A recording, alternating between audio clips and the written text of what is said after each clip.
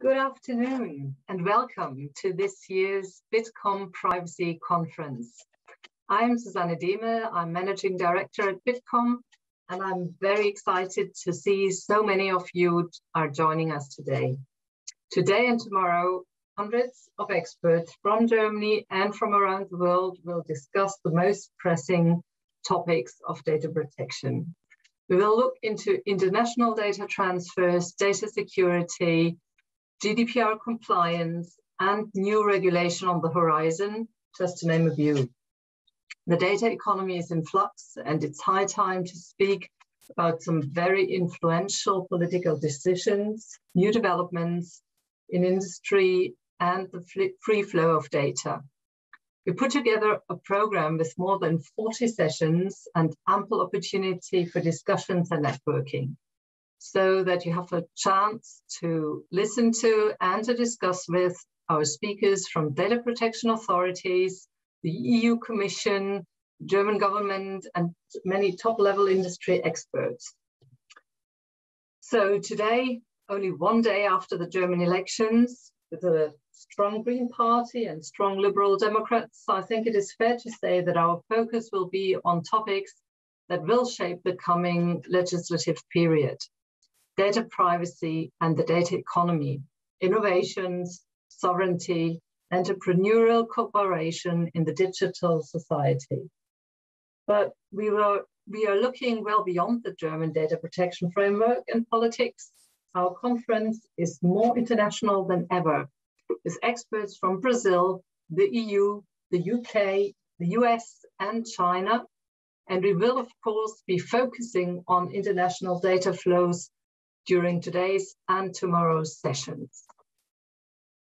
So one of the big questions is how we can stabilize those international data flows to bridge gaps for way towards new cooperation, as the legal situation brought about by the judgment of the European Court of Justice in July 2020, which most of us, of course, know as the Schrems II decision, has caused a lot of perplexity and uncertainty within the industry on how to deal with international data transfers in the future.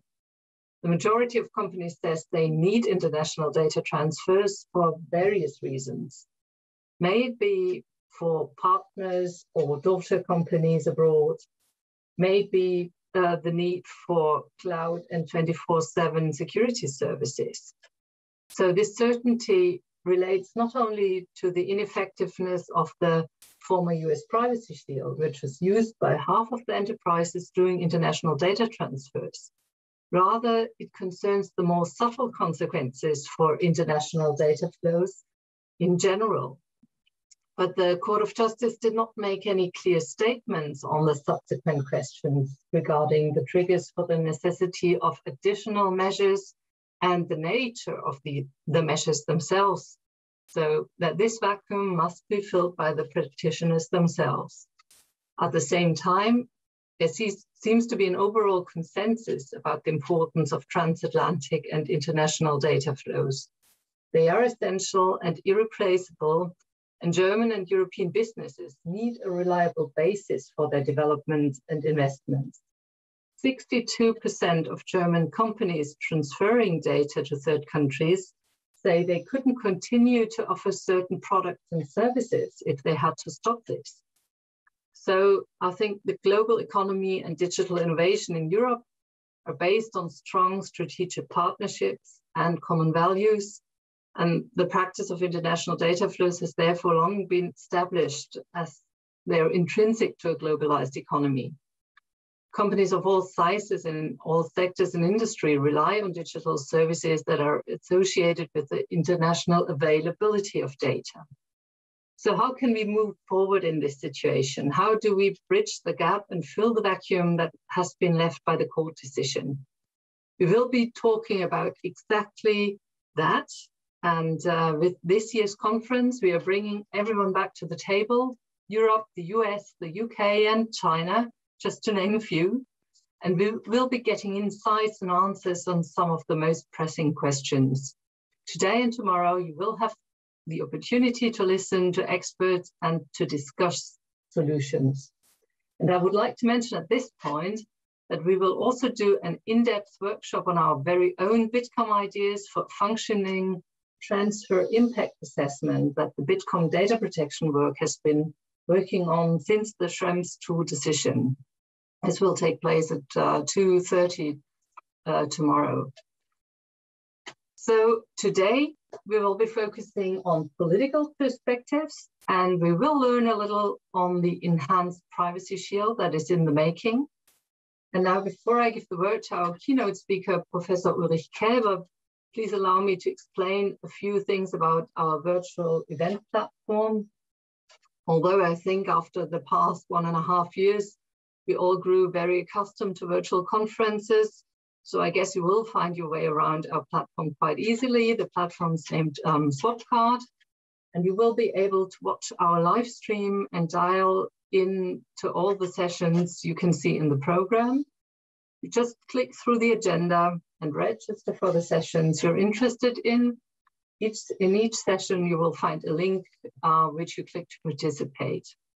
And during the event, you can also connect with all other participants and speakers. Just look at the participant list, get in touch with experts from our community, and you can also use the group chat for more questions and discussions. If you have any technical issues or questions regarding the platform, please do not hesitate to contact the help desk or chat with us in the group chat. And don't worry if you cannot attend all sessions you're interested in. Most of our sessions will be recorded and you will be able to watch them after the event here on the platform or on our YouTube channel. We also invite all of you to join us later in small networking groups tonight at our 4 Data Protection Roundtable. So, and now I am very happy to announce our first keynote speaker for tonight. This is Professor Ulrich Kelber. He is the Federal Commissioner for Data Protection and Freedom of Information, and he will set the scene and talk about his view on international data transfers and the current state of the data protection framework. And after his speech, he will join our first panel discussion where we discuss how to move forward with the international data transfers. So although I can't see him yet, I hope he's there, and I'm glad that you can join us today, Mr. Kelber. So this is your stage. Thank you, Susanne. I'm not Professor Kelber, as you probably can imagine. We are still waiting, so dear audience, please bear with us for a few minutes. Grab some coffee if you can, but quickly because he will be online in just a few minutes time. So we'll be having a short break. Before, as Susanne just told you, we'll be starting our first day of this year's privacy conference with Mr. Kelber's keynote, and then with an exciting panel discussions where we'll elaborate on the issues that Susanne just touched upon, international data transfers, and we'll be looking into privacy preserving technologies as well. So, as I said, grab a quick coffee and stay with us for just a few minutes.